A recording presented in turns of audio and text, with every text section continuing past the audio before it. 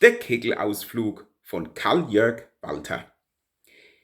Der Kegelclub alle Neune hat einen Ausflug nach Hamburg gemacht. Auf die Reeperbahn natürlich. Und nachts, so gegen 1, haben sich der Heiner, der Karl und der Philipp auf den Weg ins Hotel gemacht. Der Heiner hat nie mehr so ganz die Wegsteuer gehabt und wie sie an so einer Bar vorbeikommen, tappt ihm doch der Portier auf die Hand. Der Heiner guckt den Steher an, der guckt zurück und schon hat er ein blaues Auge. Was sich aus dem River und Niver so entwickelt hat, das haben die drei ein paar Monate später dann vor dem Gericht erzählt. Zuerst wird der Heiner gefragt, wie es zu dem Zwischenfall gekommen ist. Er sagt, ja, ich weiß auch nicht, wieso der Portier auf einmal eine falsche gehabt hat, ich hab ihn doch bloß ein bisschen gestummt. Und überhaupt, was tappt dann der Tollbohrer mir da auf die Hand? Der Hamburger Richter versteht natürlich nur Bahnhof.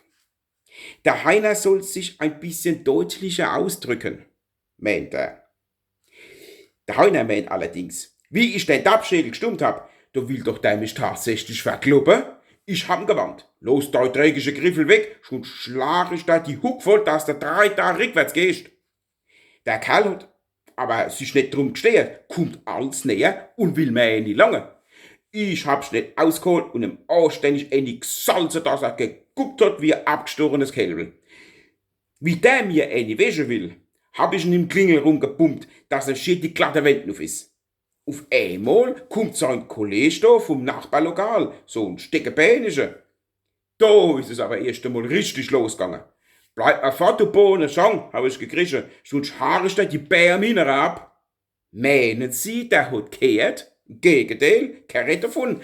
Plötzlich holt er aus und da hätten Sie jetzt mal den Philipp sehen sollen. Herr Richter, wie's Gewitter hat er denn gedachtelt, bis der Brezelmäb war. Der hat nie mehr gewusst, ob er Männle oder Weibel ist. Jetzt möchte der Richter wissen, was tat denn Ihr Freund Karl inzwischen? Oh, der Karl, der hat so gut wie nix gemacht. Der hat bloß zu dem Terra gesagt, ich glaub, du hast halt noch nicht auf Fang geredet. Wenn du heim gehst, dann wirst du geduwackelt wie dein Kumpel. Ich schlag da auf die Dates, dass du durch die Rippe guckst, wie ein Aff aus dem Käfig. Der Richter war natürlich nicht aus der Palz. Und dann hat er halt weiterfahren müssen. Entschuldigen Sie, ich verstehe nicht, was Sie meinen. Allah hat der Philipp die Sache noch einmal näher erklärt.